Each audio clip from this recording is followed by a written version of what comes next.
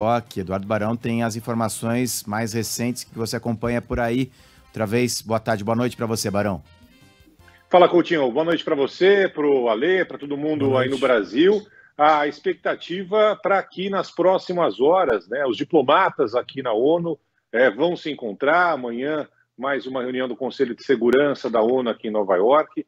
Não há nenhuma expectativa para um cessar-fogo. Essa possibilidade parece absolutamente distante nesse momento, mas há a possibilidade sim da criação de um corredor humanitário. Essa é a grande esperança aqui na ONU, principalmente para que os civis que estão enfermos, estão doentes, deixem aquela região de Gaza, e também para que estrangeiros saiam daquela área. Eu sei que há uma perspectiva do governo brasileiro, do Brasil, para a retirada de brasileiros que queiram deixar a região de Gaza, mas não é uma equação tão simples assim, porque não são só os brasileiros. Lá também tem americanos, por exemplo, querendo deixar Gaza, tem italianos, tem os próprios moradores que não têm dupla nacionalidade que querem deixar a região. E aí precisa negociar com o Hamas, negociar com Israel para ele não bombardear a parte ali da fronteira, e depois com o Egito, né? Você imagina que vai ter muita gente querendo deixar Gaza e vai para o Egito, e vai para onde, né? Como o Egito vai receber esse povo? De qualquer forma, é o que a gente vai acompanhar aqui na ONU amanhã. Há uma preocupação muito grande com a segurança. Nas últimas horas, por aqui, houve uma determinação para que todos os policiais em Nova York utilizem o uniforme indo para o trabalho, porque ele eventualmente pode ser deslocado para uma área onde há algum tipo de confronto, alguma confusão, enfim. Então, há um alerta generalizado também nas sinagogas aqui em Nova York. O secretário de Estado, Antony Blinken, passou o dia de hoje em Israel, mas vai seguir pelo Oriente Médio para países árabes, vai se encontrar com o presidente da Autoridade Palestina, Mahmoud Abbas, vai tentar, de alguma forma, mobilizar esses países para que não entrem num conflito, para que ajudem, nesse momento, a encontrar um caminho de paz, apesar de a gente saber que, nesse instante, a situação continua muito complicada. Israel continua com a intenção de invadir Gaza, agora por terra, depois de ter convocado cerca de 300 mil soldados reservistas, e a cada dia que passa a situação em Gaza, agora da forma humanitária, fica mais complicada. E do ponto de vista militar, a gente sabe que teve aquele envio de um porta-aviões, né, para a região do Mar Mediterrâneo. Você sabe se esse porta-aviões já chegou, esse navio já está posicionado? Como tem sido essa conversa? Já sim, Ale, chegou ontem, ele está no mar ali, na região justamente de Israel. Ele chegou levando mísseis, bombas que foram pedidas justamente pelo governo de Israel. São mísseis de precisão e também aqueles que são utilizados no domo de ferro, naquele sistema de defesa israelense. Há uma possibilidade de um segundo porta-aviões, o Eisenhower, que também está naquela região do Mediterrâneo, ser deslocado para Israel. Então seriam 2 porta-aviões. O governo americano quer, dessa forma, tentar evitar, pressionar e evitar qualquer outro grupo haja de uma forma semelhante ao Hamas, ou seja, que ataque Israel. Mas, por outro lado, há muitos questionamentos, né? O presidente da Rússia, Vladimir Putin, questionou o que eles vão fazer. Vão atacar, de fato, um outro país? O presidente turco, Recep Erdogan, fez o mesmo questionamento, se isso não pode aumentar ainda mais a tensão, ao invés de diminuir. Mas, de qualquer forma, são manobras que o governo americano tem feito nesses últimos dias, já deixando muito claro que vai continuar ajudando Israel militarmente, com dinheiro, com estratégia, com informação, com a CIA, por exemplo, enfim, utilizando todos os meios possíveis para auxiliar o país que é aliado aqui dos Estados Unidos.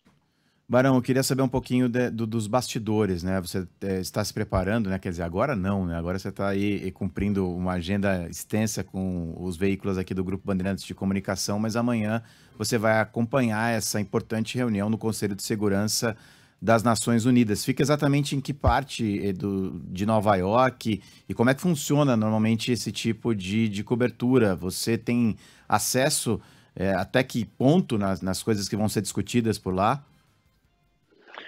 Vamos lá. Eu tenho uma carteirinha de imprensa da ONU, né? Então, é uma carteirinha permanente. Eu consegui isso depois de um tempo aqui morando em Nova York.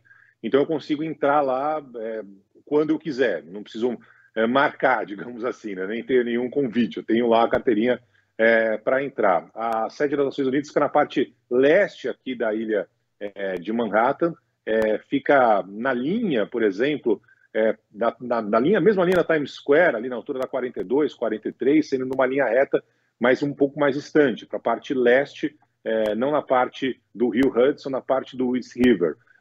No domingo, Coutinho, teve essa primeira reunião convocada pelo Brasil, que preside de forma rotativa a Assembleia Geral da ONU.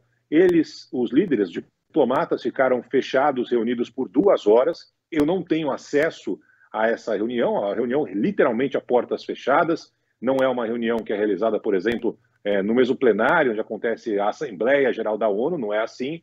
Eles ficam ali a portas fechadas e depois, eventualmente, se tiver algum acordo, sairá algum documento, alguma informação de pacto, algo do tipo. No domingo passado, que tivemos a primeira reunião, não houve nenhum acordo, muito pelo contrário, os discursos eram completamente opostos. Estou falando aí, em especial, do diplomata representante de Israel e do diplomata representante da Palestina. A gente sabe que, de lá para cá, pouca coisa mudou, digamos assim, na opinião de israelenses e palestinos. O que aumentou foi a pressão internacional para, de alguma forma, ser criado esse corredor humanitário, que é algo previsto, inclusive, nos estatutos da ONU. Mesmo quando há uma guerra, um corredor humanitário, esses países que assinam o Tratado da ONU, é um corredor que deve ser formado, para você tentar fazer com que a população civil, a população que não tem nada a ver com aquela guerra, saia de lá. Não está, nesse momento, nos planos, aparentemente, de Israel, a formação desse corredor humanitário. O Hamas também não está fazendo muita questão, e o Egito muito menos. O Egito não tem interesse em receber refugiados da Palestina, porque está vivendo um período de eleição, a situação no Egito também não é das mais tranquilas. Então, os 3 participantes direto da formação desse corredor humanitário, nesse instante, não demonstram interesse, mas há uma pressão gigante dos outros países, aqui dos Estados Unidos, do Brasil, enfim, para a retirada dos civis desta região. Se eles vão conseguir chegar a esse acordo amanhã, que seria o primeiro passo, já que o fim da guerra, a chance é nenhuma nesse momento, já seria uma vitória muito grande. Agora é incerto se amanhã os diplomatas vão conseguir formar a maioria ali, convencer todos os agentes dessa terrível guerra para esse corredor humanitário ser formado e quem quiser deixar a região de Gaza, o que não é nada, parece que é fácil, né? Depois que faz o corredor tudo certo. Não é bem assim, né? Você tem ali que percorrer alguns quilômetros, chegar até a fronteira estava sendo bombardeada até outro dia, tem muita gente ali tentando atravessar para o Egito. No começo da guerra alguns conseguiram atravessar, mas evidentemente que não é uma manobra tão simples. O posto ali da fronteira do Egito já foi destruído, foi abandonado, melhor dizendo, né? Então não existe praticamente nada ali, então não é tão simples assim. Mas há uma esperança de que amanhã, nessa segunda reunião no Conselho de Segurança da ONU, consigam pelo menos a formação desse corredor humanitário e quem quiser deixar, os civis quiserem deixar a região de Gaza, possam fazê-lo. Para encerrar, Barão, rapidinho, se ouve falar por aí nos Estados Unidos sobre o papel do Brasil nessa reunião, porque a gente sabe o Brasil lidera, tem atualmente a presidência rotativa do Conselho de Segurança da ONU, na figura do embaixador Sérgio Danesi, o ministro de Relações Exteriores está seguindo em direção a Nova York para participar dessa reunião, Mauro Vieira. Se fala por aí sobre o Brasil, que poderia ser um mediador nessa conversa? Não. Essa é uma visão muito brasileira. Tenho certeza que na Itália também eles estão falando, por exemplo, nesse momento, do número de italianos que estão ali em Gaza, né? Que o embaixador italiano vai participar do encontro. Na Alemanha, a mesma coisa, enfim. Essa é uma visão muito do Brasil, né? Da importância.